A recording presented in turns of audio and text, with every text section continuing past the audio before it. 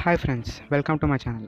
Friends, మనం ఈరోజు physical సైన్స్లోని second chapter అయిన యాసిడ్ బేసెస్ అండ్ సాల్ట్స్ గురించి తెలుసుకుందాం. So let us begin our episode. Acid bases and salts గురించి మనం 7th క్లాస్లోనే నేర్చుకుని ఉంటాం. ఏమంటే యాసిడ్స్ అనేవి సోప్ టేస్ట్లో ఉంటాయి, అలాగే బేసెస్ అనేవి బిట్టర్ టేస్ట్లో ఉండి సోపీ టు టచ్ అని మనం నేర్చుకుని ఉంటాం. కానీ ఈ క్లాస్లో మనం ఇంకొంచెం డెప్త్గా నేర్చుకోబోతున్నాం. So let us continue our topic. Acids and బేసెస్ని డిటర్మైన్ చేయడానికి మనకు కొన్ని న్యాచురల్ మెటీరియల్స్ ఉన్నాయి. అవేమంటే litmus, red cabbage, turmeric solution అలా అన్నమాట. కానీ ఇవి వీక్ యాసిడ్స్ అండ్ బేసెస్గా పనిచేస్తాయి. మనకు అన్ని యాసిడ్స్ అండ్ బేసెస్ డిటర్మైన్ చేయడానికి ఇవి యూజ్ అవ్వవు. కాబట్టి మన సైంటిస్టులు ఎంతో కష్టపడి ఆర్టిఫిషియల్ సింథటిక్ మెటీరియల్స్ని తయారు చేశారు. అవేమంటే ఫినాప్థలిన్, అలాగే మిథైల్ ఆరెంజ్ ఇలా అన్నమాట. ఇంకా చాలానే చేసి ఉండొచ్చు. ఇవే మనం ఇప్పుడు డిస్కస్ చేయబోతున్నాం. ఫ్రెండ్స్, వీటికంటే ముందు మనం న్యాచురల్ ఇండికేటర్ అయిన లిట్మస్ సొల్యూషన్ గురించి తెలుసుకుందాం. లిట్మస్ సొల్యూషన్ అనేది లైకెన్ అనే ప్లాంట్ నుండి ఏర్పడింది. దీని డివిజన్ థలోఫిటా. న్యూట్రల్ సొల్యూషన్లో ఇది పర్పుల్ కలర్లో ఉంటుంది. రెడ్ లిట్మస్ అలాగే బ్లూ లిట్మస్ గురించి మనం 7th క్లాస్లోనే నేర్చుకున్నాం. ఒక్కసారి దాన్ని రీక్యాప్ చేసుకుందాం. యాసిడ్స్ అనేవి బ్లూ లిట్మస్లో రెడ్ కలర్గా, బేసెస్ అనేవి రెడ్ లిట్మస్లో బ్లూ కలర్గా చూపిస్తాయి. దీన్ని గుర్తుపెట్టుకోవడం చాలా సింపుల్ ఫ్రెండ్స్. బేసిక్ సొల్యూషన్స్లో బి ఉంది, అంటే బ్లూ కలర్. యాసిడ్ సొల్యూషన్స్లో ఏ లేకపోయినా ఇది బ్లూ కాబట్టి అది రెడ్ అని మనం గెస్ చేయగలం. సరే, ఫినాప్థలిన్ అలాగే మిథైల్ ఆరెంజ్లో ఎలా గుర్తించాలో మనం తెలుసుకుందాం. ఫినాప్థలిన్ అనేది యాసిడ్స్లో ఎలాంటి చేంజ్ ఇవ్వదు. అలా మరి బేసెస్లో పింక్ కలర్ని చూపిస్తుంది.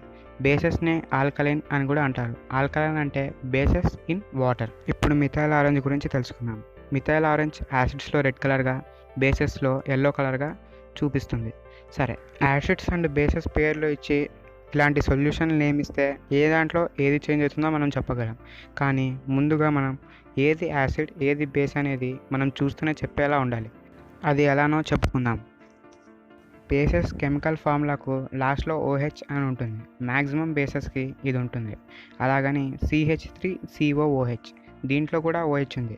అలానే ఇది బేస్ కాదు, వీక్ యాసిడ్. మ్యాక్సిమం కేసెస్ నేను మాట్లాడుతున్నాను అన్నమాట.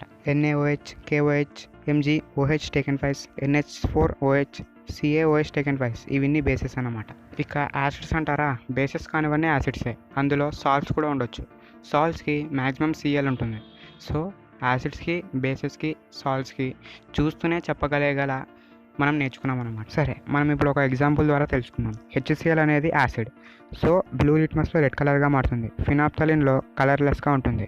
నో చేంజ్ అంటే సాల్ట్ అని అర్థం. మిథైల్ ఆరెంజ్లో రెడ్ కలర్గా మారుతుంది.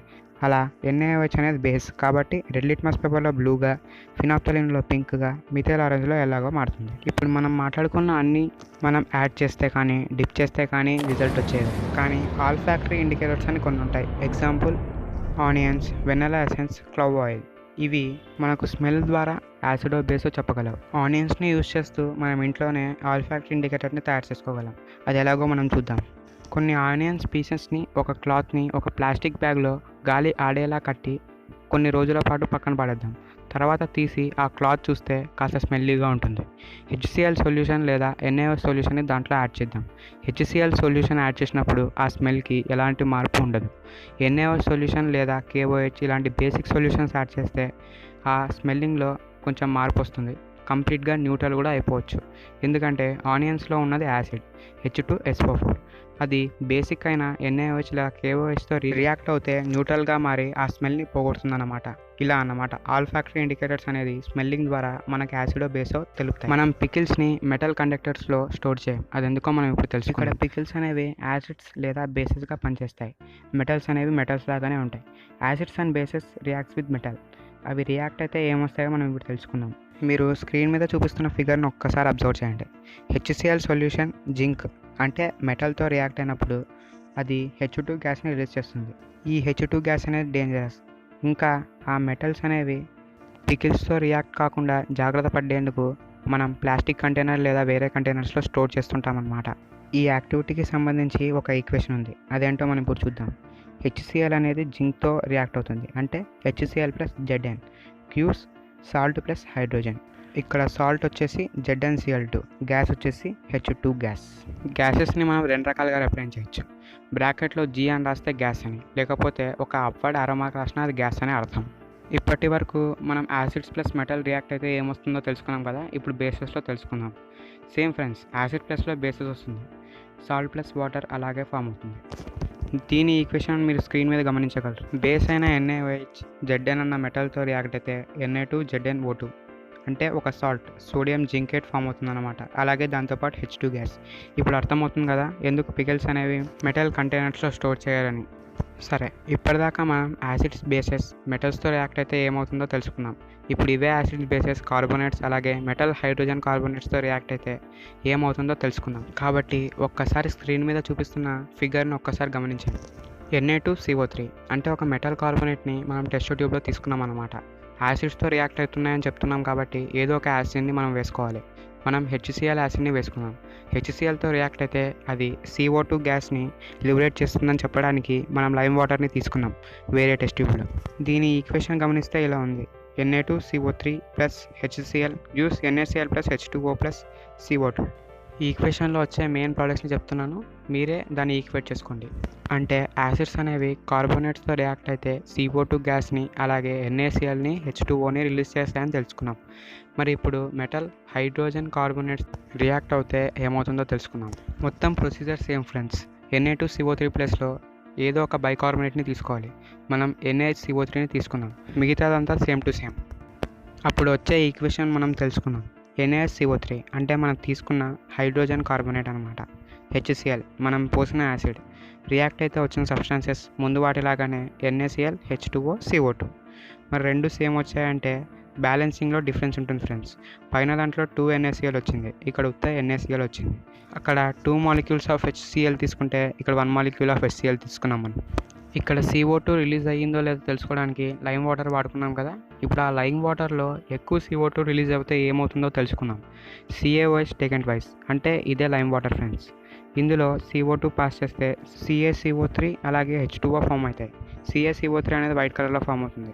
అప్పుడే కదా లైమ్ వాటర్లో CO2 పాస్ అయినందుకే అక్కడ వైట్ కలర్లో ఫామ్ అయింది అని మనం గమనించి CO2 ఫామ్ అవుతుందరా అని చెప్పగలం. సరే, ఇప్పుడు ఇంకా కార్బన్ డైఆక్సైడ్ ఎక్కువ రిలీజ్ అయితే ఏమవుతుందో మనం చూద్దాం. CaCO3 ప్లస్ H2O అది ముందు మనకు ఫామ్ అయింది ఫ్రెండ్స్.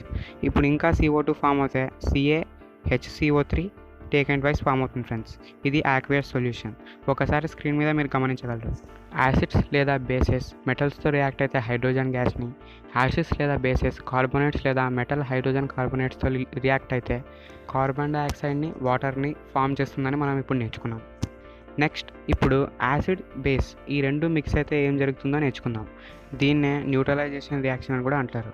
ఏ యాసిడ్ అయినా ఏ బేస్ అయినా రియాక్ట్ అయితే సాల్ట్ అండ్ వాటర్ ఫామ్ అవుతాయి friends. For example NaOH plus HCl. ఇక్కడ NaOH అనేది OH ఉంది కనుక బేసిక్, HCl ఇది అసిడిక్.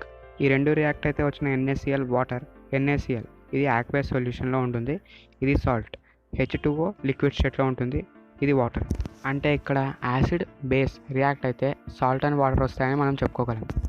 ఫ్రెండ్స్, మనం ఇప్పుడు యాసిడ్స్ మెటల్ ఆక్సైడ్స్తో రియాక్ట్ అయితే ఏమవుతుందో తెలుసుకున్నాం.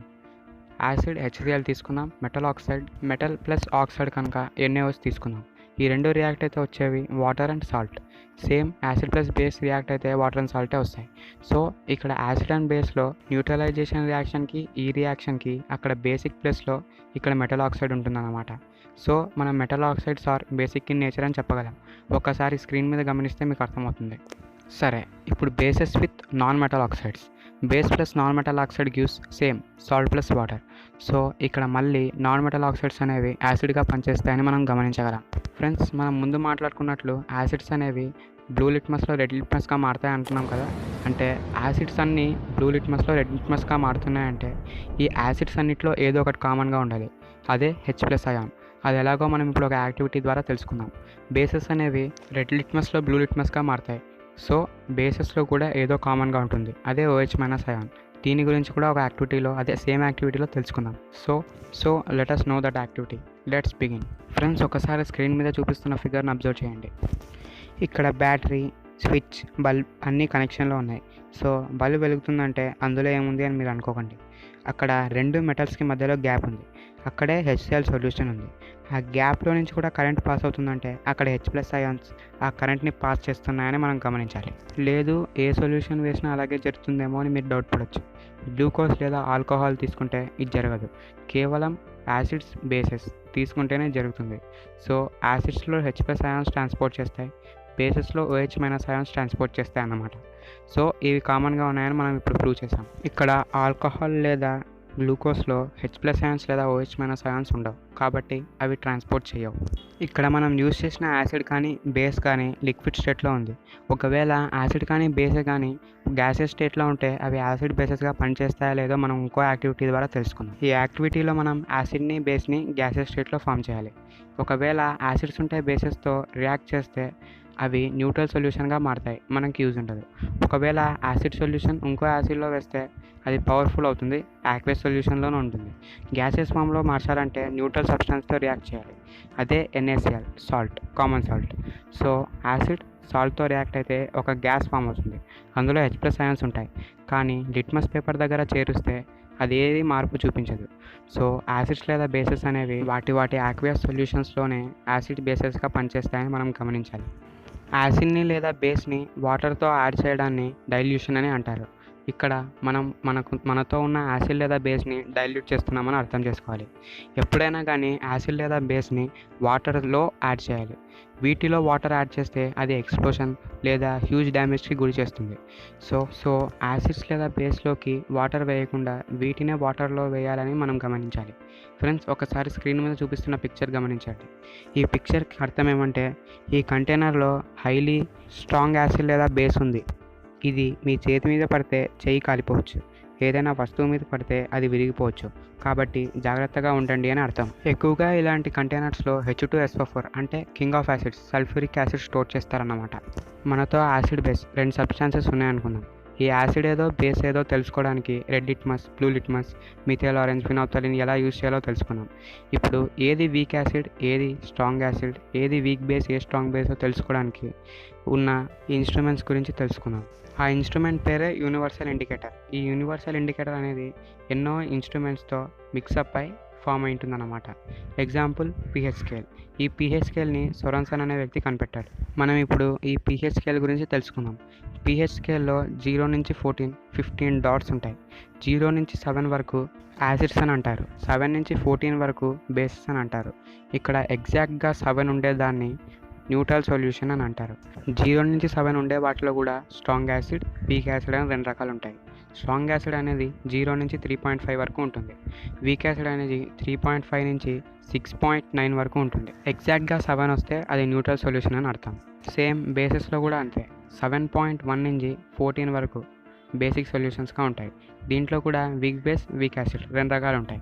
7 నుండి 11.5 వరకు వీక్ బేసెస్గా, 11.5 తర్వాత 14 వరకు స్ట్రాంగ్ బేసెస్గా ఉంటాయి. ఒక్కసారి స్క్రీన్ మీద ఉన్న పిక్చర్ని చూడండి. ఇక్కడ లెమన్ జ్యూస్ అనేది 2.2కు ఉంది. 2.2 అంటే అది acidic, highly acidic, strong acid అలా అన్నమాట. ప్రతి దానికి వాల్యూ ఉంది. 13.6 ఏదో చెప్పుకోండి చూద్దాం, NaOH అలా అన్నమాట. ఇవన్నీ మనం గుర్తుపెట్టుకోవాల్సిందే. కొత్తగా ఇప్పుడు pH మీటర్ అని కూడా వచ్చింది. కేవలం యాసిడ్ లేదా బేస్ని డిప్ చేస్తే అదే స్క్రీన్ మీద ఒక నంబర్ కనిపిస్తుంది. ఆ నంబర్ని మనం చెప్పుకున్న వాల్యూస్తో మ్యాచ్ చేసి వీకా, హైయా, యాసిడా, బేసా చెప్పుకోగలం. pHకి ఒక డెఫినేషన్ కూడా ఉంది, అదే the negative logarithm of H+ ions. pH అంటే పొటెన్స్, అంటే పవర్ అని అర్థం. ఈ pH చేంజ్ అవ్వడం వల్ల మన జీవితాల్లో వచ్చే మార్పుల గురించి మనం ఇప్పుడు తెలుసుకుందాం. యాసిడ్ లైన్స్ అనేవి pH చాలా తక్కువగా ఉంటుంది, అంటే స్ట్రాంగ్ యాసిడ్ అని అర్థం. సో ఈ యాసిడ్ లైన్స్ అనేవి వాటర్లో మిక్సప్ అయి ఆక్వాటిక్ లైఫ్ని ఎంతో డ్యామేజ్ చేస్తాయి. ఆక్వాటిక్ ప్లాంట్స్ అండ్ అనిమల్స్ అనేవి 5.6 కంటే తక్కువ ఉన్న pH రేంజ్లో బతకలేవు. సో ఈ యాసిడ్ లైన్స్ అనేవి ఎంతో వాటి లైఫ్స్కి డ్యామేజ్ చేస్తాయి. pHలో మార్పు రావడం వల్ల వాటి జీవితాలే మారిపోతాయి అన్నమాట. Next, tooth decaying. ఇది హ్యూమన్ బీయింగ్స్లో జరుగుతుంది, అంటే మనలోనే. జనరల్గా మన టీత్ అనేవి ఎంతో స్ట్రాంగ్గా ఉంటాయి. కానీ ఇవి ఎప్పుడైతే యాసిడ్స్తో రియాక్ట్ అవుతాయో అప్పుడే పుచ్చిపోతాయి. ఈ యాసిడ్స్ ఎలా ఫామ్ అవుతాయో మనం ఇప్పుడు తెలుసుకుందాం. మన మౌత్లో ఉన్న బ్యాక్టీరియా అనేది షుగర్ పార్టికల్స్ని ఏవైనా మిగిలిపోయిన పార్టికల్స్తో చిన్న చిన్న యాసిడ్స్గా ఫామ్ అవుతాయి. ఈ యాసిడ్స్ రిపీటెడ్గా ఫామ్ అవుతే టూత్ డికేయింగ్ అనేది స్టార్ట్ అవుతుంది అనమాట. టూత్ డికేయింగ్లో మన మౌత్ pH వచ్చేసి 5.5 కంటే తక్కువ ఉంటుంది. Third one is pH in digestive system. Friends, మనం న్యూట్రిషన్ అనే చాప్టర్లో బయాలజీలో నేర్చుకుంటాం. HCl గ్యాస్ అనేది ఎన్నో బ్యాక్టీరియాస్ని కడుపులో ఫుడ్తో మిక్స్ కాకుండా చంపి ఫుడ్ని డైజెస్ట్ చేస్తూ ఉంటుంది. అంటే మనం కడుపులో కూడా డైజెషన్లో ఒక యాసిడ్ అనేది పనికొస్తుంది అన్నమాట. ఈ యాసిడ్ పెరిగితే అసిడిటీ అంటారు. ఈ యాసిడ్ని తగ్గించడానికి, దాన్ని న్యూట్రల్ చేయడానికి మనం ఒక బేస్ని వాడతాం. అదే MgOH టేకెన్ ట్వైస్ లేదా ఈనోలో కూడా MgOH టేకెన్ ట్వైసే ఉంటుంది. అది కూడా ఒక బేసిక్. అది స్ట్రాంగ్ బేస్. ఎందుకంటే స్ట్రాంగ్ యాసిడ్తో పోరాడడానికి అది ఒక స్ట్రాంగ్ బేస్ అయి ఉండాలి కదా.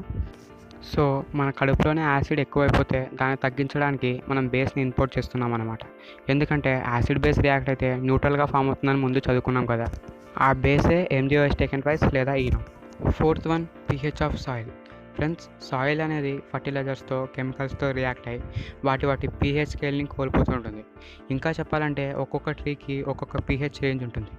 కాబట్టి సాయిల్ pH రేంజ్ తెలుసుకొని యాసిడ్నో బేస్నో యాడ్ చేయడం మన అవసరం.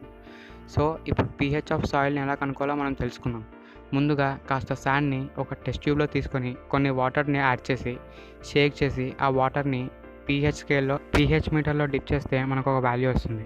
దాంతో ఆ సాయిల్ యాసిడా బేసా మనం తెలుసుకోగలం. పంటకు తగ్గట్టు విధంగా మనం దాన్ని యాసిడిక్ గానో బేసిక్ గానో న్యూట్రల్ గానో మార్చుకోగలం.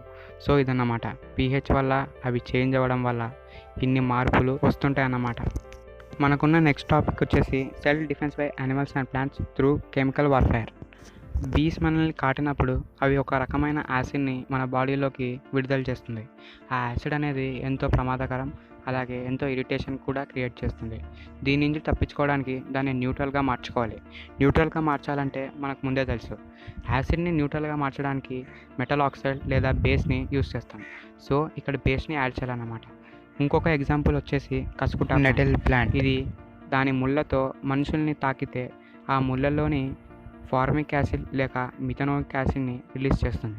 ఈ మిథనోయిక్ యాసిడ్ వల్ల మనకు పెయిన్ లేదా ఇరిటేషన్ క్రియేట్ అవుతుంది.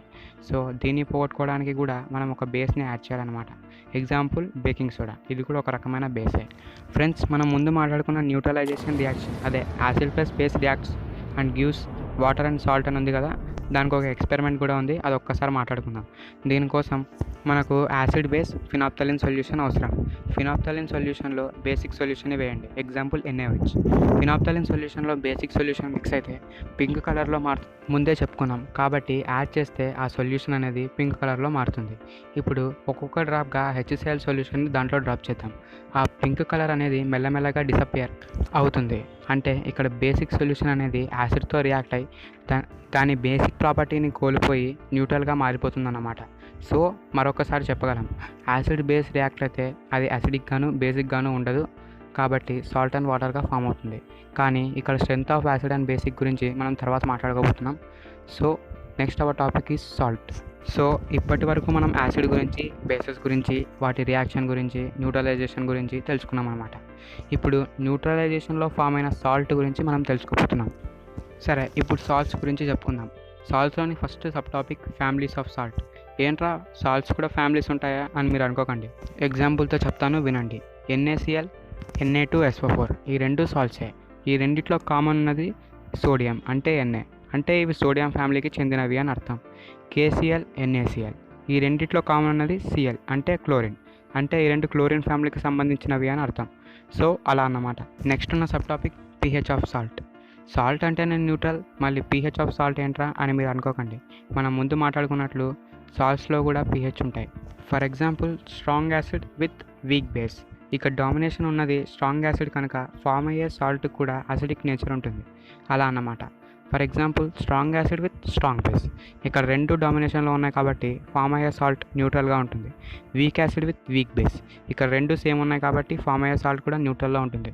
For example weak acid with strong base, వచ్చే సాల్ట్ బేసిక్లో ఉంటుందన్నమాట. pH ఆఫ్ సాల్ట్ అనేది pH of acid and pH of base మీద డిపెండ్ అయి ఉంటుందని మనం తెలుసుకోగలం. సాల్ట్స్ అంటే మనకు ఎక్కువగా గుర్తొచ్చేది NaCl అంటే కామన్ సాల్ట్. మనం ఇంట్లో టేబుల్ సాల్ట్ అని పిలుస్తాం అన్నమాట. సాల్ట్స్లో రాక్ సాల్ట్ కూడా ఉంటుంది. మనం గోల్డ్ని ఎలా మైనింగ్ చేసి తీస్తామో అలాగే ఈ సాల్ట్ని కూడా బయటికి తీస్తామన్నమాట. ఇదే రాళ్ళ ఉప్పు అని తెలుగులో మనం పిలుచుకుంటాం. ఇది బ్రౌన్ కలర్లో ఉంటుంది ఎందుకంటే దాని చుట్టూ డస్ట్ పార్టికల్స్ ఉంటాయి అన్నమాట. ఈ కామన్ సాల్ట్ వల్లనే sodium hydroxide, baking soda, washing soda, baking powder, plaster of Paris, gypsum అనేవి ఫామ్ అవుతాయి అన్నమాట. ఎలాగో మనం ఇప్పుడు ఒక్కొక్క దాని గురించి అలాగే వాటి యూజెస్ గురించి తెలుసుకుందాం. ఇదే మనకి ఈ చాప్టర్లో last topic. So let us dive into our last topic. First one వచ్చేసి sodium hydroxide. So formation of sodium hydroxide from common salt. దీనికోసం మనకు ఉప్పు నీళ్ళు అవసరం అంటే NaCl + H2O. ఇందులో ఎలక్ట్రిసిటీ పాస్ చేస్తే మనకి NaOH అంటే సోడియం హైడ్రాక్సైడ్ అలాగే H2 + Cl2 గ్యాస్ ఫామ్ అవుతుందన్నమాట. ఇక్కడ H2 అనేది క్యాథోడ్ సైడ్ అలాగే Cl2 అనేది యానోడ్ సైడ్ ఫామ్ అవుతుందన్నమాట. NaOH కూడా క్యాథోడ్ సైడే ఫామ్ అవుతుంది. సరే, ఇక్కడ ఫామ్ అయిన H2 గ్యాస్ అలాగే Cl2 గ్యాస్ అలాగే NaOHతో ఎలాంటి యూజెస్ ఉన్నాయో మనం ఇప్పుడు తెలుసుకుందాం. H2 గ్యాస్ అనేది ఫ్యూయల్స్గా, అమోనియం ఫర్టిలైజర్స్గా మనకు తోడ్పడుతుంది. అలాగే Cl2 గ్యాస్ అనేది వాటర్ ట్రీట్మెంట్గా, స్విమ్మింగ్ పూల్స్లో అలాగే పెస్టిసైడ్ చేయడానికి యూజ్ అవుతుంది. ఇప్పుడు NaOH గురించి తెలుసుకుందాం. ఇది సోప్ అండ్ డిటర్జెంట్స్లో, పేపర్ మేకింగ్లో, ఆర్టిఫిషియల్ ఫైబర్స్లో యూజ్ అవుతుంది. H2Cl2 ఈ రెండు మిక్స్ అయితే HCl యాసిడ్ వస్తుంది. హైడ్రోక్లోరిక్ యాసిడ్ వల్ల యూజెస్ మనం తెలుసుకుందాం. Cleaning steel, ammonium chloride, medicines, cosmetics ఇవి వాటి యూజెస్. ఇప్పుడు CaOCl2 బ్లీచ్, వీటి యూజెస్ గురించి తెలుసుకుందాం. ఇది ఎలా ఫామ్ అవుతుంది అనుకుంటారా? NaOH క్లోరిన్తో మిక్స్ అయితే ఇది ఫామ్ అవుతుంది ఫ్రెండ్స్. ఇది హౌస్ హోల్డ్ బ్లీచెస్గా, బ్లీచింగ్ ఫైబర్గా పనిచేస్తుంది. సరే, ఇప్పుడు దీని ఈక్వేషన్ తెలుసుకుందాం. NaCl + H2O అంటే ఉప్పు నీళ్ళు మనం మాట్లాడుకున్నదే. దీంట్లో పంపిస్తే మనకి NaOH, Cl2 అలాగే H2 గ్యాస్ ఫామ్ అవుతాయి అన్నమాట. ఈ క్లోరిన్ గ్యాస్ అనేది మళ్ళీ బ్లీచింగ్ పౌడర్గా ఫామ్ అవ్వడానికి పనికొస్తుంది. అది ఎలాగో మనం తెలుసుకుందాం. NaOH టేకెన్ ట్వైస్ అంటే లైమ్ వాటర్లో క్లోరిన్ పంపిస్తే CaOCl2 అంటే బ్లీచింగ్ పౌడర్ ఫామ్ అవుతుందన్నమాట. ఇప్పుడు ఈ బ్లీచింగ్ పౌడర్ వల్ల యూజెస్ తెలుసుకున్నాం. బ్లీచింగ్ పౌడర్ అనేది కాటన్ అండ్ లెనిన్ టెక్స్టైల్స్లో బ్లీచ్ చేయడానికి పనికొస్తుంది. అలాగే వుడెన్ టెక్స్టైల్స్లో వుడ్ పల్ప్ని బ్లీచ్ చేసి పేపర్గా కన్వర్ట్ చేయడానికి ఎంతో తోడ్పడుతుంది. అలాగే ఇది ఆక్సిడేషన్ ఏజెంట్గా పనిచేస్తుంది. ఇది వాటర్లో యాడ్ చేస్తే అందులో ఉన్న క్రిములను చంపి డిస్ఇన్ఫెక్టింగ్ డ్రింకింగ్ వాటర్గా పనిచేస్తుంది. ఇందులో ఉన్న క్లోరిన్ ఇంకొన్ని క్లోరోఫార్మ్స్ని తయారు చేయడానికి యూజ్ అవుతుంది. ఇదన్నమాట బ్లీచింగ్ పౌడర్ కథ. నెక్స్ట్ బేకింగ్ సోడా ఈక్వేషన్ మనం ఒకసారి చూద్దాం. NaCl + H2O + CO2 + NH3 gives NaHCO3 + NH4Cl. ఈ ఈక్వేషన్ని గుర్తుపెట్టుకోవడం కాస్త కష్టమే. నేను ఒక సింపుల్ ట్రిక్ చెప్తాను, దీంతో ఈజీగా గుర్తుపెట్టుకోవచ్చు. NaCl + H2O + CO2 అంటే ఒక సోడా. అంటే ఉప్పు నీళ్ళల్లో CO2 కలిపితే సోడానే కదా. ఇందులో అమోనియా అంటే NH3 యాడ్ చేస్తే మనకు వచ్చే ప్రోడక్ట్ NaHCO3 + NH4Cl. NaHCO3 అనేది బేకింగ్ సోడా ఫార్ములా అని మనకు ముందే గుర్తుంటుంది. మిగతా ప్రోడక్ట్స్ని రాసుకుంటే చాలు, అదే NH4Cl. ఓకే ఫ్రెండ్స్, ఇది మిల్డ్ నాన్ కొరోజివ్ బేస్. దీని యూజెస్ గురించి మనం తెలుసుకుందాం. బేకింగ్ పౌడర్ అనేది బేకింగ్ సోడా వల్ల ఫామ్ అవుతుంది. అది ఎలాగో మనం చూసుకుందాం. NaCO3 అంటే బేకింగ్ సోడాలో H+ అంటే టార్టారిక్ యాసిడ్ని యాడ్ చేస్తే మనకు వచ్చేదే బేకింగ్ పౌడర్. అదన్నమాట. CO2 గ్యాస్ కూడా రిలీజ్ అవుతుంది. దానివల్ల మనం బ్రెడ్స్ని, కేక్స్ని కుక్ చేస్తే బేకింగ్ సోడా అంటే NaCO3ని సోడియం హైడ్రోజన్ కార్బోనేట్ అని కూడా పిలుస్తారు. దీన్ని యాంటాసిడ్స్లో యూజ్ చేస్తాం. యాంటీ యాసిడ్స్ అంటే యాసిడ్స్కి యాంటీగా ఉండడం, అంటే బేసిక్ ఇన్ నేచర్. సో ఇది బేసిక్ మెటీరియల్స్ని ప్రిపేర్ చేయడానికి యూజ్ చేస్తున్నాం అనమాట, అంటే ఆల్కలీ. బేకింగ్ సోడా నుండి బేకింగ్ పౌడర్ తయారయ్యే విధానంలో CO2 గ్యాస్ని ప్రొడ్యూస్ చేస్తున్నామని ముందే చెప్పాను కదా. ఆ CO2 గ్యాస్ అనేది ఫైర్ ఎక్స్టింగ్విషర్గా పనిచేస్తుంది. అలాగే ఇది మిల్డ్ యాంటీసెప్టిక్. నెక్స్ట్ ఉన్న product washing soda. Na2CO3 + 10H2O. చూస్ NaCO3 + 10H2O. సింపుల్గా ఉంది కదా, పర్లేదు. దీని యూజెస్ గురించి మనం తెలుసుకున్నాం. సోడియం కార్బోనేట్ని మనం గ్లాస్, సోప్ అండ్ పేపర్ ఇండస్ట్రీస్లో యూజ్ చేస్తాం. సోడియం కాంపౌండ్ అయిన బోరాక్స్ తయారీ విధానంలో యూజ్ అవుతుంది. అండ్ నెక్స్ట్ ఇది డొమెస్టిక్ పర్పసెస్కి యూజ్ అవుతుంది. ఇది వాటర్లోని పర్మనెంట్ హార్డ్నెస్ని రిమూవ్ చేయడానికి యూజ్ అవుతుంది. ఇక్కడ 10H2O అనేది అందులో ఉన్న వాటర్ మాలిక్యూల్స్ అని అర్థం. NaCO3లో 10H2O మాలిక్యూల్స్ ఉన్నాయన్నమాట. సరే, ఈ వాటర్ మాలిక్యూల్స్ ఉన్నాయో లేదో మనం తెలుసుకుందాం. దానికోసం స్క్రీన్ మీద కనపడుతున్న ఫిగర్ని ఒక్కసారి గమనించండి. మనం బూన్సర్ బర్నర్ యూస్ చేసుకుంటూ వాషింగ్ సోడాలోని 10H2O మాలిక్యూల్స్ని ఎవాపరేట్ చేస్తున్నాం అన్నమాట. అది ఎవాపరేట్ అయిపోతే వైట్ కలర్లో మారిపోతుంది.